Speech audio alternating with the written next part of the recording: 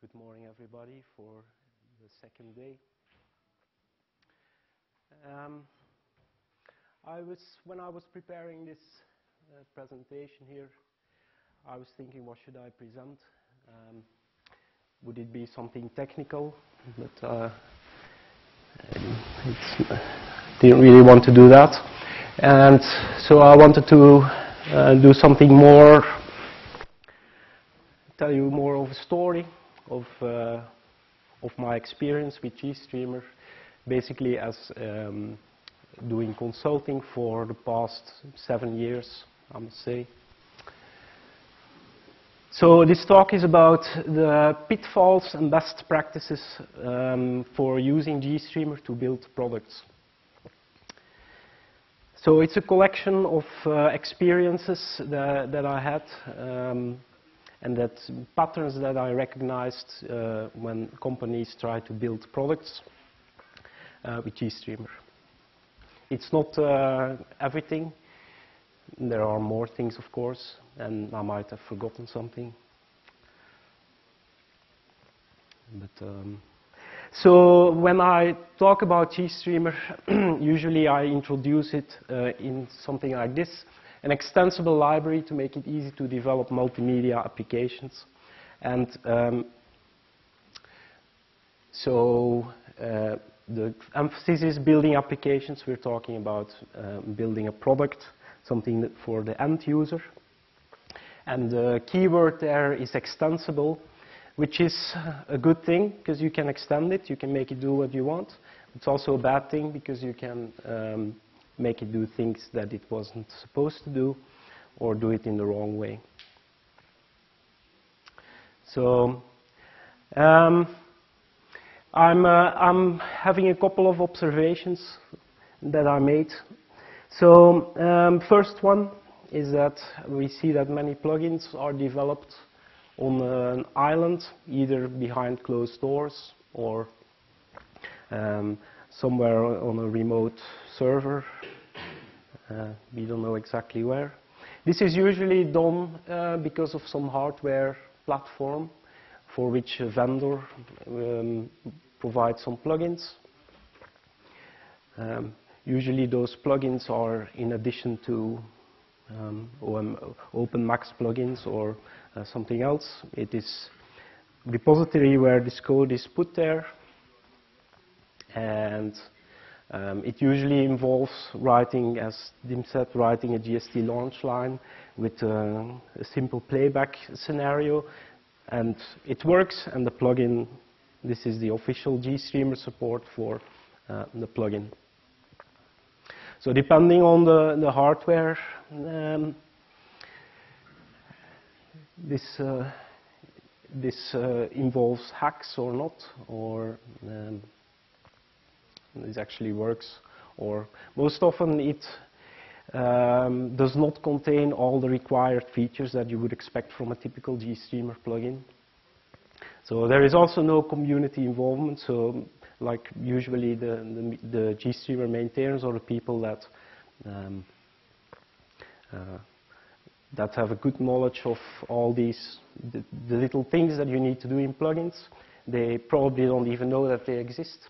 At some point somebody else starts to complain and ask questions, and then maybe we go and take a look. But typically this code lives there, and after a while it also starts a bit to bit rot. Usually when we make a next version, it doesn't get upgraded, so you have like these plugins developed somewhere on an island that get a bit unmaintained. Sometimes it's also the company focus shifts and the plugins don't get the love and care that they need. So we have quite a bit of repositories. Usually it also happens that you have the repository, the official repository with the plugins from the vendor, and then it gets cloned on GitHub many times, and people do changes, and some other things get changed, and some things are rewritten and then ported to a new version, and you end up with lots and lots of versions that all are a little bit buggy in different ways. spread all over the internet. So this is, of course, these problems are not only vendor problems or people writing plugins, it's also our fault. So I'm going to try to come up with a couple of best practices there. But we have not, we don't have a solution for everything. So for these externally developed plugins, and I think this is a trend that we see as well now, is that we try to move them closer to our upstream repositories. We are creating new repositories. We are thinking of having a couple of plugin repositories maintained in the GStreamer repository. The idea is that it becomes more of a canonical place where you can get support for these plugins. And the hope is also that they get a bit more maintained. So if you write plugins, if you're a vendor and you write plugins for GStreamer, please try to make it clear what is the best repository. It would be great if you could tell us about it. Maybe we can put a link on our website to point to the vendor plugins, things like that. The problem here mostly is if these plugins get picked up by companies that want to develop a product eventually. The question is either which of the branches is correct, which should I use, what code should I use. It's not ported to the latest GStreamer version, what should I do, and things like that. I will give at the end a couple of other general remarks here of what we can do to improve the situation. I hope this will.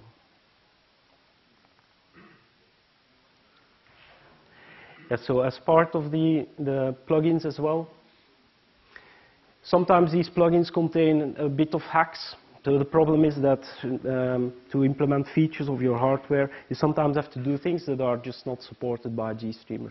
We are trying to make it easier to and more flexible so that you can implement those features.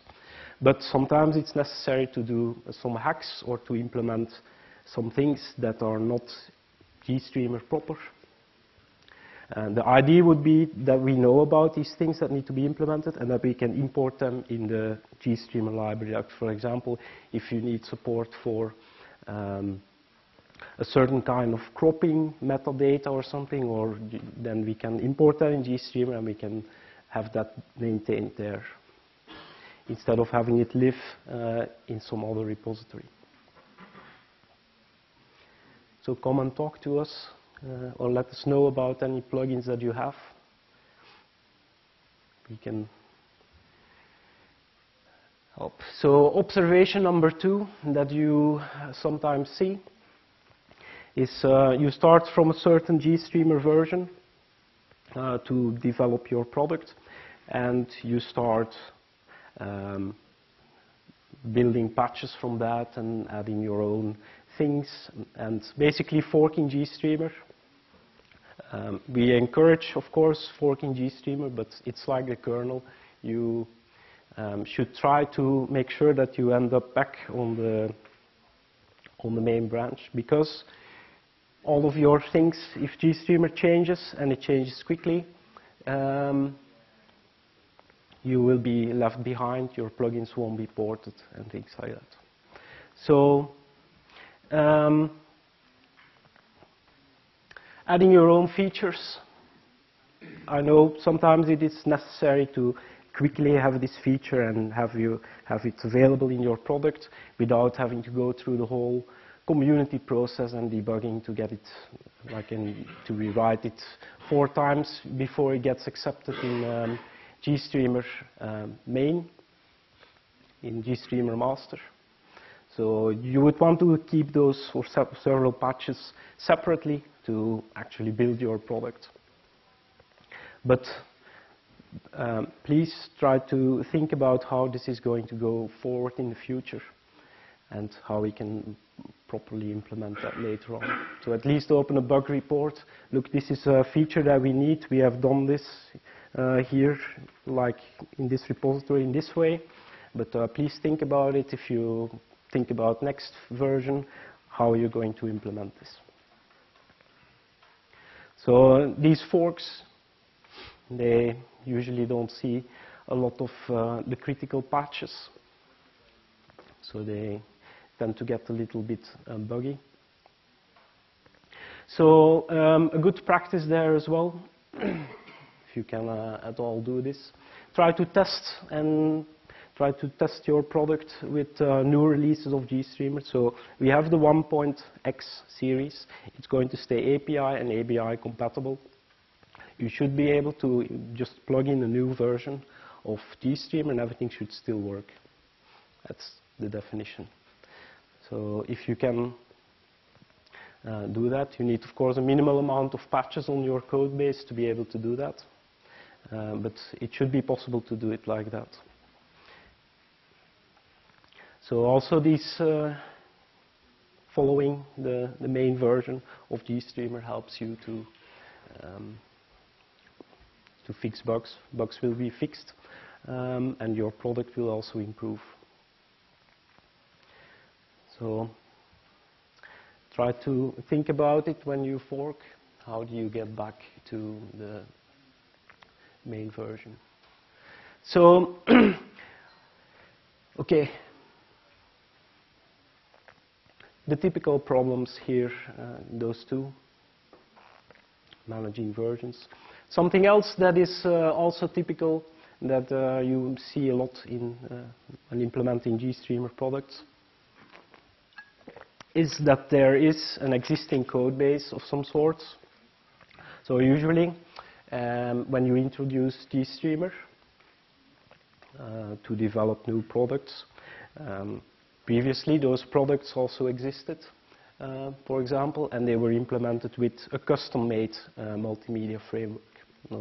It is apparently a hobby of big companies to write a custom multimedia framework, sometimes even a couple of them. And either those frameworks get thrown away after a bit of struggle, or the code base gets integrated, or GStreamer is used as a wrapper around this existing code base. So for time reasons, these things don't get rewritten all of a sudden, so we need to integrate there. So typical problems that you see there, and this is painful in some cases. Typical things is that the existing code base for doing multimedia things does not map very well to GStreamer. For example, and the common thing is that it doesn't expose all of the features that GStreamer needs. So it hides, for example, the synchronization mechanisms, or for example, the data passing, these kind of things. You can't really map it very well to GStreamer. And usually these existing code bases, they implement one thing and only one thing.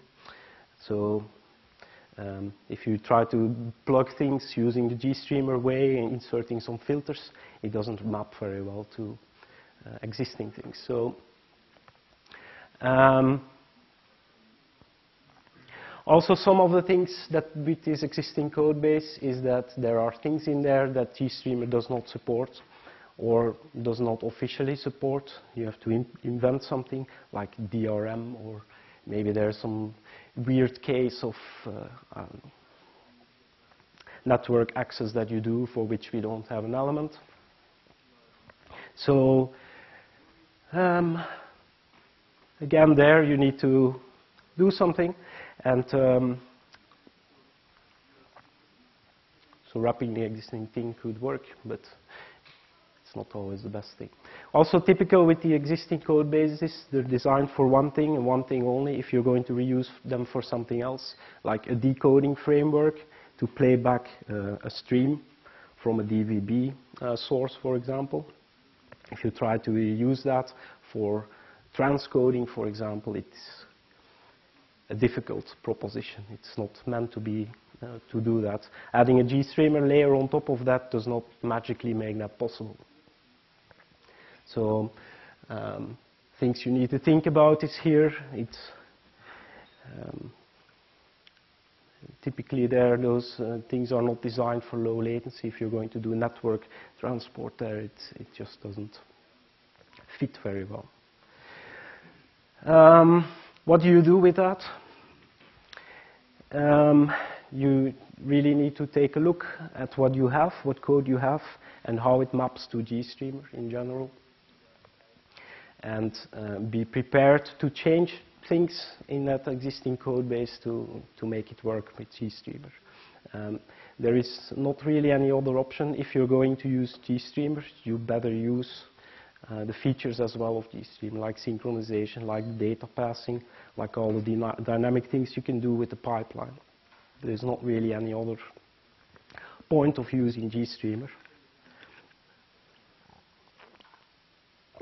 So for this integrating existing code bases, I can only suggest to ask for an expert to take a look at your code base and how it would work in the GStreamer plugin and what you would need to do to make it fit.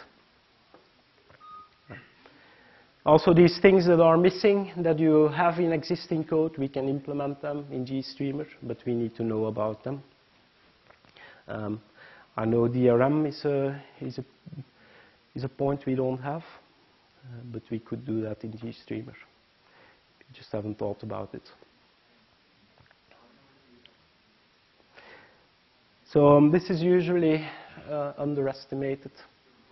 You think, I have my existing code, you know, I write some GStreamer wrapper above it, and suddenly I'll be able to do a lot more. Not exactly.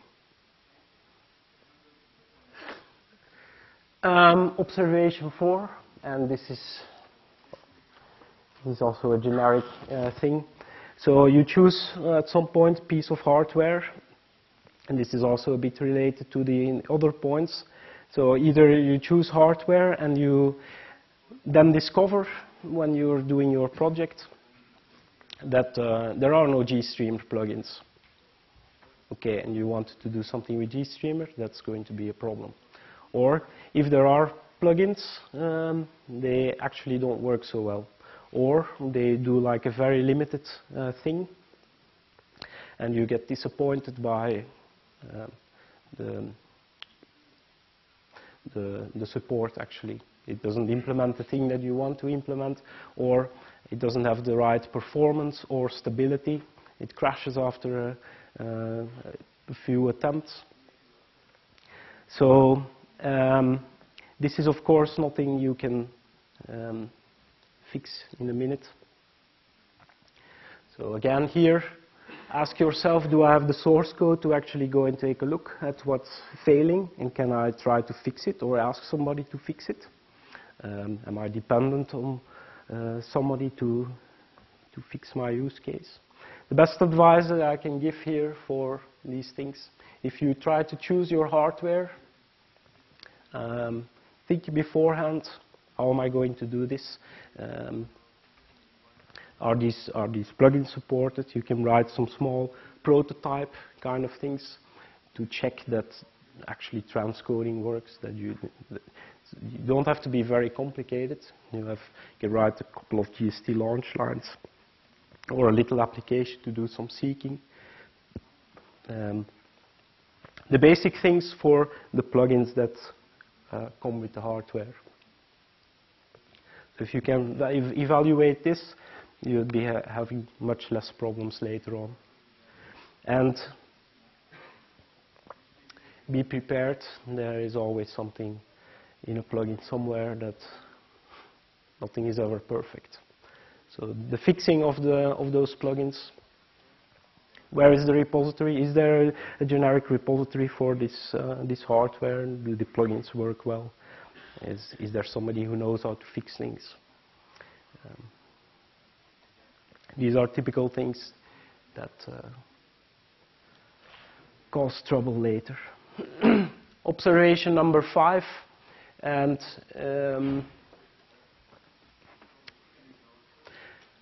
Again, if you try to use GStreamer in your company and you decide to use GStreamer and you start writing plugins and maybe support for your hardware and things like that, this is usually causing a bit of troubles for GStreamer knowledge. So it results in things like having a suboptimal pipeline for your use case, or when you're writing plugins, or maybe even when you're writing applications, writing weird hacks because you don't exactly know how things work, or how things are supposed to work, or you think things are supposed to work like this, but they don't. So you think it's a bug that you try to work around, these kind of things. Or maybe something is not implemented in GStreamer and you do some sort of workaround to make it work anyway. This, of course, is something that you cannot really, you have to seek help, and you have to find the documentation. We have lots of documentation, and there's never enough, but there is quite a bit. Also, if you're bumping into problems, please ask on IRC what's going on. Even if it's a bug and there's a, please have a Bugzilla bug report that we know that somebody is having a problem with something. At least we either need to write it in the documentation, or it is a bug and we need to fix it. But workarounds for problems or things that you don't really know how to do, they cause problems later. So there's also companies that can help you. There are courses that you can follow. There are people that are willing to explain things or help you design your applications. So seek help. So these are the typical things. I'm sure there are more, but this is what I could come up with. So what can we improve as a GStreamer community, or as companies supporting GStreamer? And this is a bit more looking at ourselves. I think from, as Tim mentioned yesterday, the challenges that we have with GStreamer nowadays are not technical anymore. We know how to do things. We can move forward technically. What we need to work on now is more like quality assurance and these things. Documentation and making things more stable. So, well, this is the first part of making people aware of what can go wrong. So a couple of things here that I also get asked when I meet people that use GStreamer and that write plugins. Why are you using GObject, and why are you using C? Writing a plugin in GObject requires a lot of knowledge for subclassing a GST element, and it requires instance and class structures and pointers to virtual methods and things like that. It's quite a bit step to get there. Why not just write everything in C++ or language of the day? It makes it so much easier. Well, this is of course historically, and we are historically using an object model. It was made in a time that C++ compilers didn't work so well, and they were actually implemented as front ends for a C compiler. We also tie in with the GNOME ecosystem. So if you're a GNOME programmer, this is totally something you recognize. And we don't have any plans to change this at all, but we do know that it is a problem. On the other hand, it is not a bad problem to have. It's something you can learn. It does make sense. And no plans to change it. But we will see what to do about it. Hard to debug. I hear these complaints as well. Things are, I run my pipeline, there is no clear error message when something goes wrong. We are thinking about fixing that as well, improve our error messages. So hard to debug is now also becoming a different kind of problem. We have multi-threading, we have GDB, that is pretty good at debugging things, but people are now also trying to debug things on Windows. So more people are trying to debug this in Visual Studio, things like that. We don't provide a good story for that. And it's also not your typical thing to debug. So we have debug logs, but they are huge and humongous. You need to know what to search for. There's another big learning curve. So this is probably a balancing act, which is what is too much information, what is too little information, where do we find the balance to get people, you know, get an idea of what the problem is and then be able to find more and more detailed information to actually fix it. Because now it's no information, that's not enough, or too much information. So hard to debug as well. There are no tests or anything that you can run. This is more also tied with this. Current behavior of GStreamer is perhaps underspecified. If you are a plugin writer and you need to write a plugin, what do you need to think about? What items do you need to cover to be a good plugin? Nobody knows. There is no element checklist. So I think we should work on that too. So behavior is currently specified by example plugins. So all the plugins that from the base and the good modules, they are exemplary. So they implement the expected behavior, and you should go and read code to know the expected behavior. It's not entirely acceptable. So also common understandings. If you know how GStreamer works, you can use that to derive the expected behavior of plugins. But again, we need something more concrete that people can more easily access to write good plugins. For this, we probably need to make a couple of element categories, like this is what a source should do, this is what a demuxer should do, decoder, and we start with those, maybe a sync, and then list all of the checklist items. This is, again, not a technical thing. This is more like providing content or providing documentation. Yeah. So part of this, again, so you have the specification of what to do. How can you test that you actually do this correctly? We don't have any plugin tests. Usually if you test your plugin, you write a pipeline or you use Playbin and you do the things, you do some seeking and some starting and stopping and see if things work, and that's it. But we don't have any like targeted tests for, I have my decoder here, I place it in this, this test container, and that container will test all of the required features of a decoder, and it tells me that my decoder is perfectly fine, or this and this and this and this is wrong with it, and I need to go and fix it. That would be awesome. But we don't have anything like that. Again, we are making small steps to make this better with the GST validate tool, and we will write more tools to see if we can provide the test harness for these different plugins. So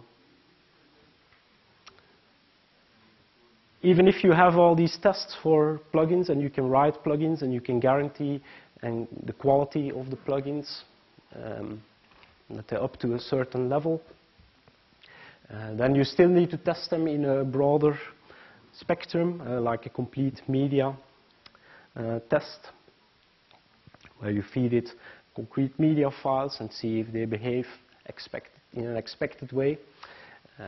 There have been attempts again to do this, but all attempts have been failures up to now.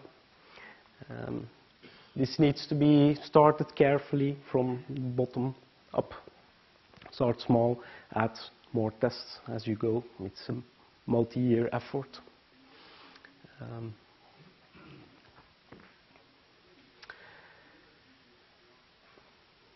Yeah, base classes, we're getting there. But we are missing the demuxers, the muxers, and the mixers base classes. Again, these are things to, as GStreamer is a framework, one of the good things is that you don't have to think too much about the overall design of how you do your media processing. You can focus more on the high-level bits. And these base classes, they provide you a good template for how do you write a demuxer or a decoder, things like that. You don't have to think too much, where am I going to put my event handler and things like that. It's more of it increases the quality, and it also abstracts a lot of the things that are common between these things, between these base or use cases. So it's a good thing to have. We need more. So we kind of currently promote out-of-tree repositories of plugins. I would like to have have it a bit more controlled. That at least for the important plugins from vendors or from like features that are in development, that we at least have an idea of where they are and what they are, and their state of how they are maintained in general. So that we can at least get an overview and direct people where to go. So we're bringing a couple of these repositories closer to us. Plugins GL we will probably move.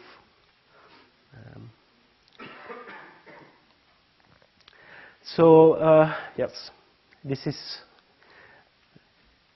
is what I could come up with. I think if you have any questions here, or if you want to get some more info about a specific use case, I think it's better to start a question session now. So if there are any questions or any problems that you have or things you would like to know.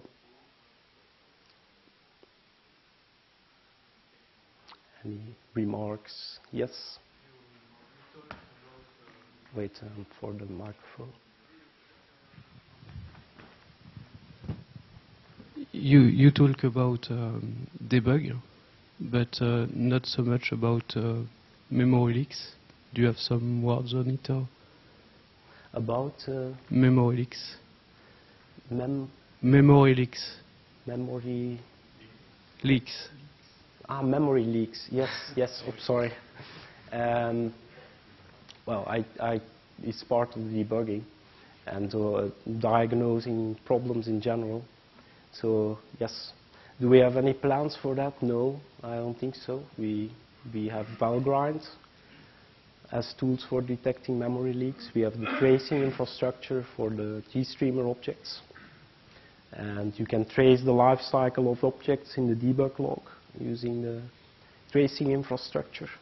So, but yes, it's a tedious thing, but I don't think we can make any tools that are more or easier to use. It's, yeah. If I might just comment on that, I think we can do something better, and that is the problem is because if you pass these references through the pipeline, you kind of know, okay, they allocated that, and they're supposed to free it, but you don't really know where it gets stuck or lost. Yeah. So you could do something, and I've done that sort of as a hack once. You could sort of have some kind of, I've seen this object last, and then you take the stack trace. It's not cheap, but it works quite well. So you kind of know who had the ref last. I mean, of course, it only works if there's one ref going on, but it kind of narrows down where you can start looking. I think that's something Exactly we the can same do. thing. I take a trace, and Yeah. then you see all the leaked object pointers. You go to the debug log, and then you look at the pointer where sure. it was last used, and then you know. Yeah, it's just But a it doesn't shortcut really for a couple say of steps. that the leak is exactly there, because it could be somebody took a ref too much somewhere. So, but.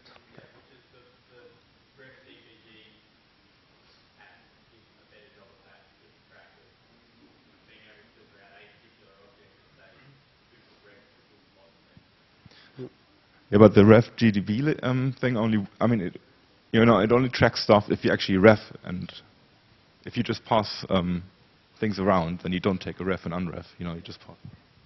No. Any more questions?